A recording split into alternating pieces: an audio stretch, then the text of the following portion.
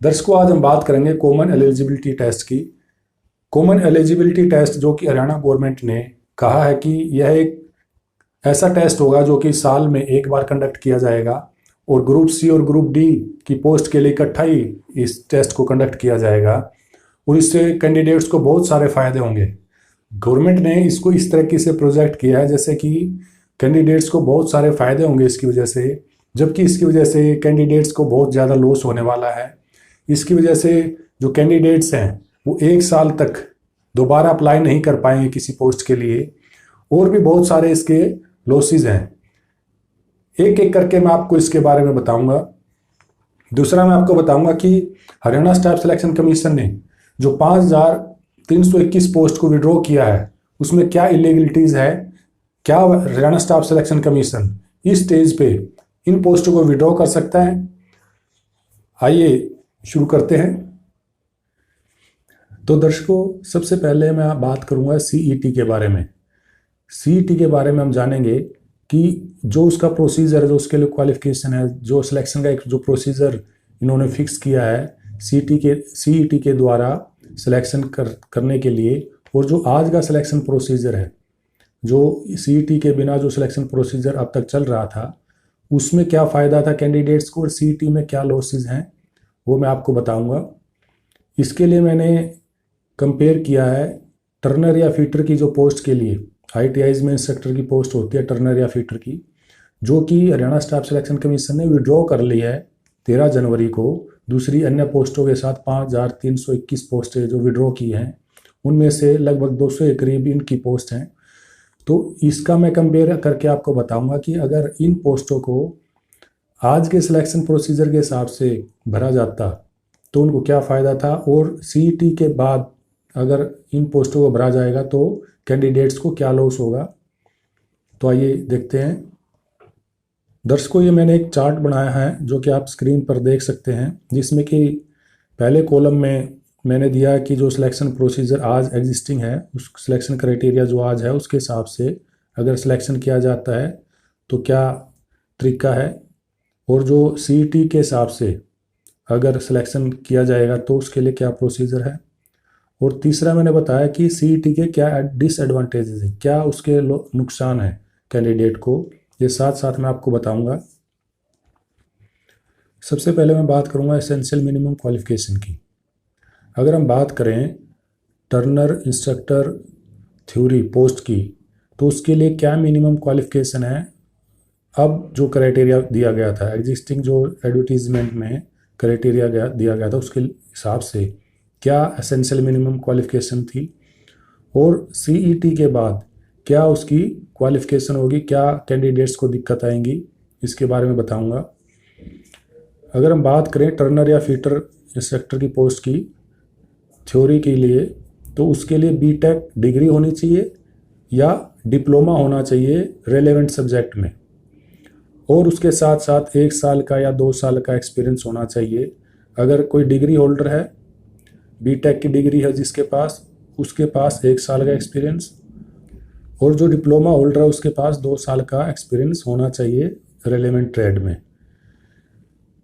और दूसरा, वही कैंडिडेट इस पोस्ट के लिए अप्लाई कर सकते हैं जिनके पास की ये एसेंशियल क्वालिफिकेशन है एडवर्टीजमेंट की लास्ट कट ऑफ डेट तक। अगर मैं बात करूँ सीईटी के हिसाब से अगर इस पोस्ट को भरा जाता है उसमें क्या प्रोसीजर है। एसेंशियल मिनिमम क्वालिफिकेशन क्या है सीईटी के लिए। आपको पता है कि अगर ग्रुप सी की पोस्ट के लिए अप्लाई करना है तो 12th पास होना चाहिए, या ग्रुप डी के लिए अप्लाई करना है तो मैट्रिक पास मिनिमम क्वालिफिकेशन रखी गई है। तो दूसरा, इसमें जो कैंडिडेट है अगर वो लास्ट ईयर में भी है तो वो भी अप्लाई कर सकता है, यानी कि जैसे कोई बीटेक के लास्ट ईयर में है या डिप्लोमा के लास्ट ईयर में है तो वह कैंडिडेट भी आज सीईटी के लिए अप्लाई कर सकता है। और जब कभी इन फ्यूचर टर्नर या फीटर की इंस्ट्रक्टर की जो पोस्ट निकलेगी तो उसके लिए उसको एलिजिबल माना जाएगा। तो इसमें डिसएडवांटेज क्या है। इसमें सबसे बड़ा डिसएडवांटेज ये है कि ये जो प्रोसीजर है ये बिल्कुल ही आर्टिकल 14 और 16 की वायलेशन में है, क्योंकि ग्रुप सी की पोस्ट के लिए क्वालिफिकेशन अलग है, ग्रुप डी की पोस्ट के लिए क्वालिफिकेशन अलग है। अगर आप एक कॉमन टेस्ट कंडक्ट करते हैं इन दोनों पोस्टों के लिए तो वह बिल्कुल ही आर्टिकल 14 और 16 की वायलेशन होगा।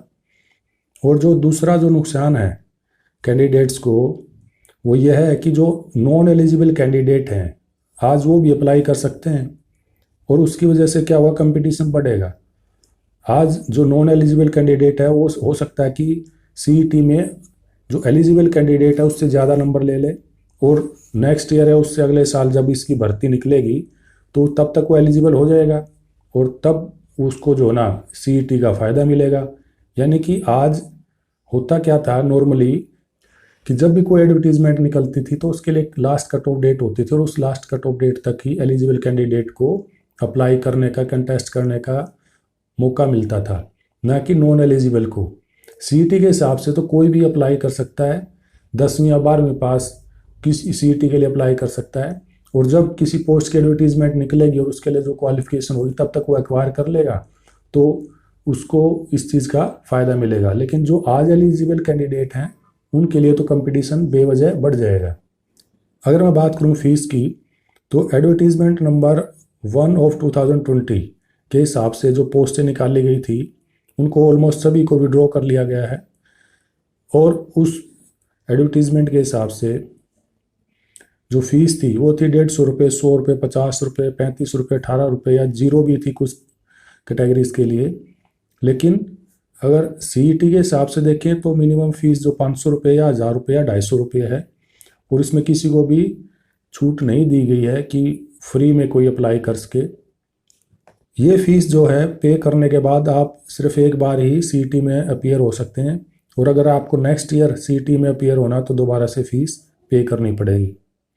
तीसरी बात यह है कि अगर आप किसी ऐसी पोस्ट के लिए अप्लाई करते हैं जिसमें स्किल टेस्ट या ट्रेड टेस्ट होना है तो उसमें उसके लिए आपको दोबारा से फीस पे करनी पड़ेगी।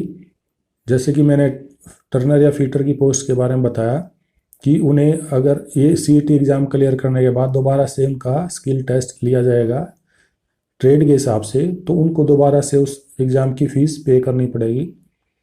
तो इसमें फ़ायदा क्या हुआ कैंडिडेट्स का, आप देखिए इसमें कैंडिडेट का कोई भी फ़ायदा नहीं है इसमें, बल्कि अभी जो फीस पे करते हैं कैंडिडेट उससे तो ज़्यादा उनको पे करनी पड़ेगी।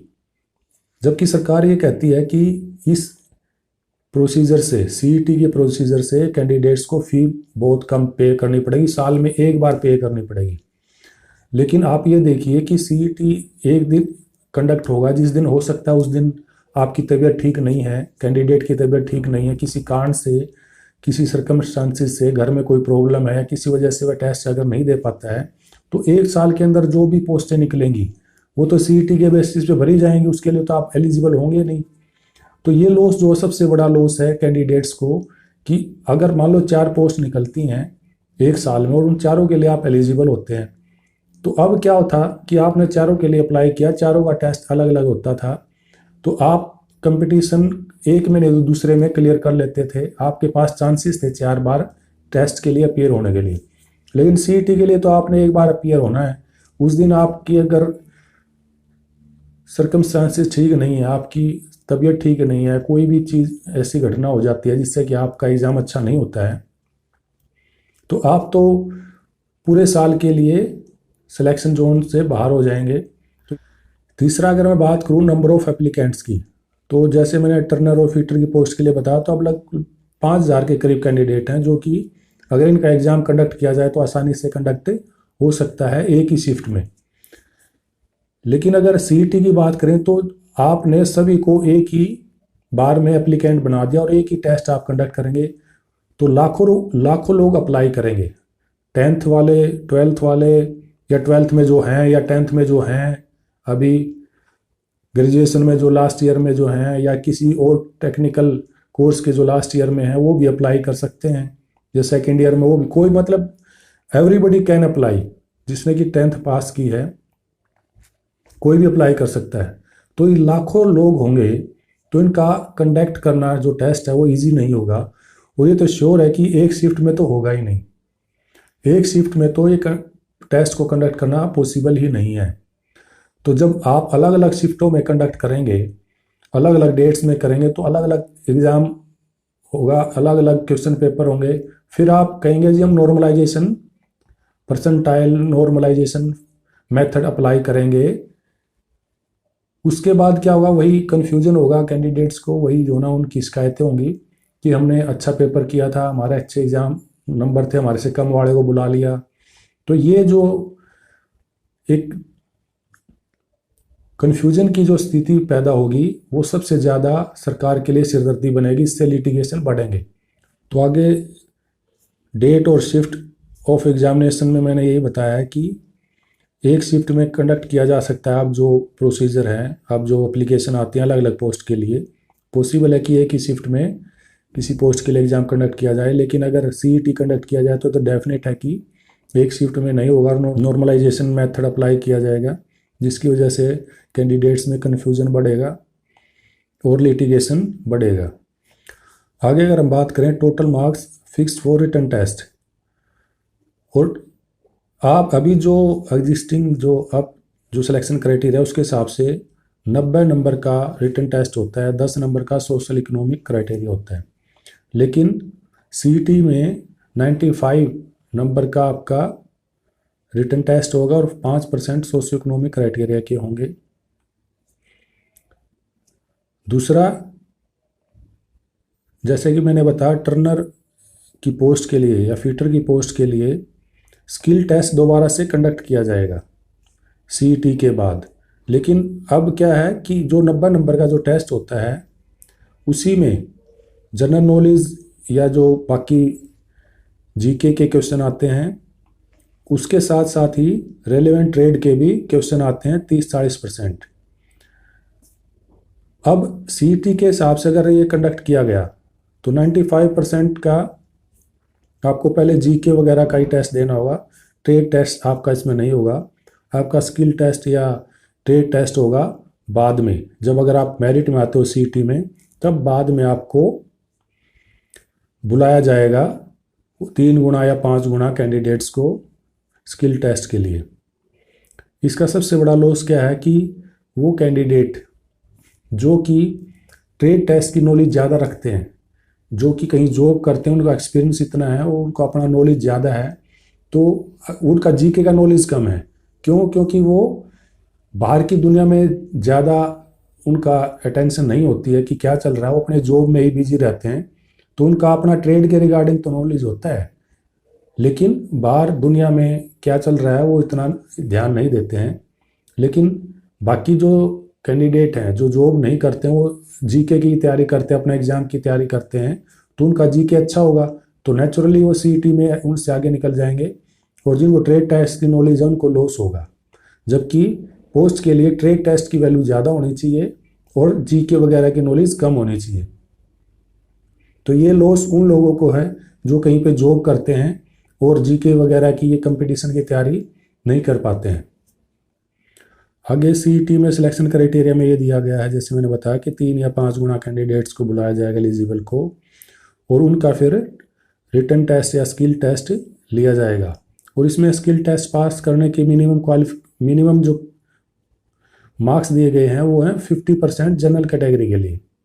अगर आप जनरल कैटेगरी से बिलोंग करते हैं तो 50% मार्क्स आपको स्किल टेस्ट में लेने ही पड़ेंगे और 40% मार्क्स रिजर्व कैटेगरी के। और अगर कैंडिडेट ये मार्क्स नहीं ले पाते हैं तो जो पोस्ट अगर खाली रह जाती हैं तो उनको दोबारा से री एडवर्टाइज किया जाएगा। अब वो री एडवर्टाइज कब होंगी, कब कैंडिडेट जो बाकी बचे उनको मौका मिलेगा, ऐसा इसमें कुछ नहीं दिया गया है। अब क्या है कि अगर टर्नर या फीटर की पोस्ट जैसे मैं बात कर रहा हूँ, अगर इसके लिए अप्लाई जिन्होंने किया है तो 4-5 हज़ार कैंडिडेट हैं, 200 पोस्ट हैं, तो नेचुरल है जो भी मेरिट में आएगा फिलअप हो जाएंगी सारी पोस्ट। और जो आईटीआईज में स्टूडेंट पढ़ते हैं उनका भी लॉस नहीं होगा, उनको समय पे अपने जो है इंस्ट्रक्टर मिल जाएंगे। आगे है जो सोशियो इकोनॉमिक क्राइटेरिया एक्सपीरियंस के जो नंबर हैं वो आज क्राइटेरिया के हिसाब से हैं 10 नंबर। 10 नंबर का जो मिलते हैं आपको वो सोशियो इकोनॉमिक क्राइटेरिया के या एक्सपीरियंस के मिलते हैं, लेकिन सीईटी के हिसाब से सिर्फ 5% वेटेज, यानी कि 5% नंबर आप समझ सकते हैं 100 में से 5 नंबर ही मैक्सिमम दिए जाएंगे। और इसमें सबसे बड़ा जो लॉस है कैंडिडेट को, इंटेलिजेंट जो कैंडिडेट है उनको लॉस सबसे बड़ा क्या है कि जो सीईटी का जो टोटल स्कोर होगा उसमें सोशियो इकोनॉमिक क्राइटेरिया के जो 5% नंबर है उनको जोड़ के तैयार किया जाएगा। उसके बाद अगर कहीं ट्रेड टेस्ट है या स्किल टेस्ट है तो उसके लिए उनको कैंडिडेट को बुलाया जाएगा। तो इससे भी जो कैंडिडेट जो कि मेरिटोरियस हैं, जिनको कि ट्रेड टेस्ट की नॉलेज ज़्यादा है और जीके की नॉलेज कम है, तो उनको लॉस होगा। पहली चीज़ तो उनको अलग से आपने टेस्ट कंडक्ट किया जीके का और ट्रेड टेस्ट, उसकी वजह से लॉस है। दूसरा, फिर आपने सोशो इकोनॉमिक क्राइटेरिया के नंबर पहले ही जोड़ दिए हैं, तो मेरिट में वो कभी भी compete नहीं कर पाएंगे। जबकि अब जो क्राइटेरिया उसके हिसाब से क्या था कि लास्ट में सोशो इकोनॉमिक क्राइटेरिया के जो नंबर होते हैं वो हमेशा लास्ट में जोड़े जाते हैं। तो इसमें सबसे बड़ा इलीगल पॉइंट ये है कि 5 नंबर सोशो इकोनॉमिक क्राइटेरिया के अगर आप जोड़ना चाहते हैं तो सीईटी स्कोर में ना जोड़ के, जब आपका रिटन वो स्किल टेस्ट या ट्रेड टेस्ट कंडक्ट होने के बाद जब मेरिट बनेगी तो उसके बाद ही ऐड किए जाएं 5% जो नंबर हैं, ताकि फेयर सिलेक्शन हो पाए। आगे हम बात करते हैं सिलेबस की। जो अभी जो सिलेबस है, जो नंबर का जो रिटन टेस्ट होता है उसमें 75% वेटेज जो दी जाती है वो जनरल नॉलेज या reasoning, math, science, computer, English, Hindi और कंसर्न या रिलेवेंट सब्जेक्ट को दी जाती है।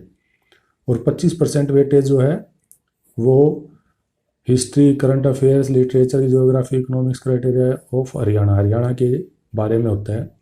और यही इन्होंने क्या किया, सीईटी में कॉपी पेस्ट कर दिया। और इसमें आप देखेंगे कि इसमें भी लिखा है कंसर्न और रिलेवेंट सब्जेक्ट के बारे में भी टेस्ट होगा, जबकि कि इसमें कोई भी रिलेवेंट या ट्रेड टेस्ट के बारे में वो नहीं दे सकते, क्योंकि सभी का एक इकट्ठा ये टेस्ट कंडक्ट कर रहे हैं। तो ट्रेड सबका अलग अलग होगा तो सबके बारे में कैसे दे सकते हैं। तो ये भी इन्होंने सीईटी के सिलेबस में इलीगली डाला हुआ है कि ये कंसर्न और या रिलेवेंट सब्जेक्ट के बारे में क्वेश्चन देंगे। अब लास्ट में मैं बात करता हूँ क्राइटेरिया ऑफ सिलेक्शन। अब जो क्राइटेरिया ऑफ सिलेक्शन है वो क्या है कि जो जनरल नॉलेज टेस्ट या सब्जेक्ट नॉलेज टेस्ट या जो स्किल नॉलेज टेस्ट है वो इकट्ठा ही कंडक्ट किया जाता है एक ही बार में रिटन टेस्ट में, और उसके बाद सोशियो इकोनॉमिक क्राइटेरिया के नंबर जोड़े जाते हैं और फाइनल लिस्ट तैयार की जाती है। लेकिन सीईटी में क्या होगा कि पहले सीईटी जनरल नॉलेज वगैरह का टेस्ट होगा, उसके बाद उसमें पहले ही सोशियो इकोनॉमिक क्राइटेरिया के नंबर जोड़ दिए जाएंगे, उसके बाद 3 या 5 गुना कैंडिडेट्स को वैकेंसी के हिसाब से बुलाया जाएगा, फिर उनका ट्रेड टेस्ट या जो स्किल टेस्ट है वो कंडक्ट किया जाएगा। उसके बाद उनको जो भी जनरल कैटेगरी के हिसाब से जो अगर कोई है तो 50% नंबर लेना जरूरी है स्किल टेस्ट में, और जो रिजर्व कैटेगरी वाला है उसको 40% लेना जरूरी है।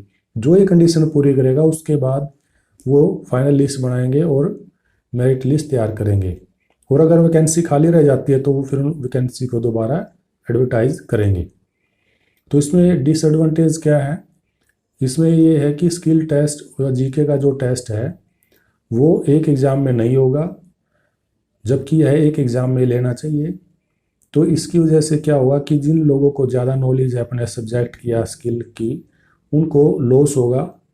और दूसरा, सोशो इकोनॉमिक क्राइटेरिया के जो नंबर हैं वो सिलेक्शन प्रोसीजर के सबसे लास्ट में ऐड करने चाहिए, न कि सीईटी में ऐड करने चाहिए। तो ये कुछ डिसएडवांटेजेस हैं सीईटी के जो कि मैंने आपको बताया है कि अभी अगर जो प्रोसीजर है उसके हिसाब से अगर टेस्ट कंडक्ट किया जाता है, सिलेक्शन किया जाता है, तो क्या फ़ायदा है कैंडिडेट्स को, और सीईटी में क्या लॉसेज हैं, क्या क्या डिसएडवांटेजेस हैं। अब हम बात करते हैं कि हरियाणा स्टाफ सिलेक्शन कमीशन ने जो 5321 पोस्टें विड्रॉ की हैं वो कैसे इलीगल हैं। सबसे पहली बात तो ये जो पोस्टें विड्रॉ की गई हैं ये कई सालों से पेंडिंग है, इन्हें भरा नहीं गया है। अगर मैं बात करूं जैसे टर्नर या फीटर की, तो ये इंस्ट्रक्टर की जो पोस्ट है वो 2013 में निकाली थी।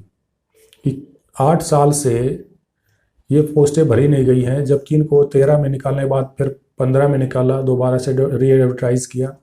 फिर 17 में किया, फिर 18 में किया, फिर 19 में किया, फिर 20 में किया।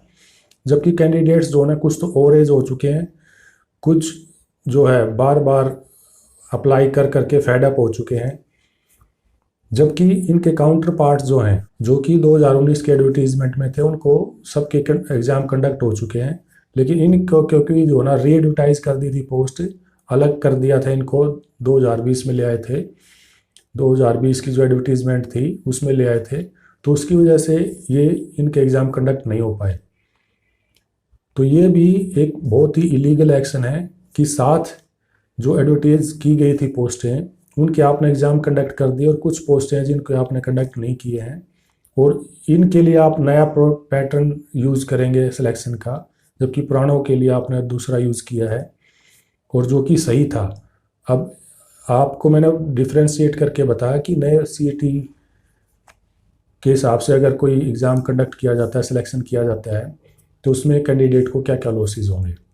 तो इसमें क्या है कि हरियाणा स्टाफ सिलेक्शन कमीशन को इन भर्तियों को पूरा करना चाहिए था, और जो सीईटी कंडक्ट करने का जो हरियाणा गवर्नमेंट का एक इरादा है, वह आने वाली जो पोस्टें थी या जो वैकेंसीज थी उन पे अप्लाई करना चाहिए था, न कि जो एग्जिस्टिंग जो कि एडवर्टीजमेंट हो चुकी हैं, फॉर्म भर चुके हैं बच्चे, सिर्फ टेस्ट ही कंडक्ट करना बाकी है, उनके लिए आप दोबारा से कह रहे हैं कि हम इनको फीस रिफंड करेंगे और दोबारा से इनका टेस्ट कंडक्ट करेंगे, दोबारा से आप अप्लाई करें, दोबारा से फिर आपका ट्रेड टेस्ट होगा, अभी सीईटी होगा, फिर ट्रेड टेस्ट होगा।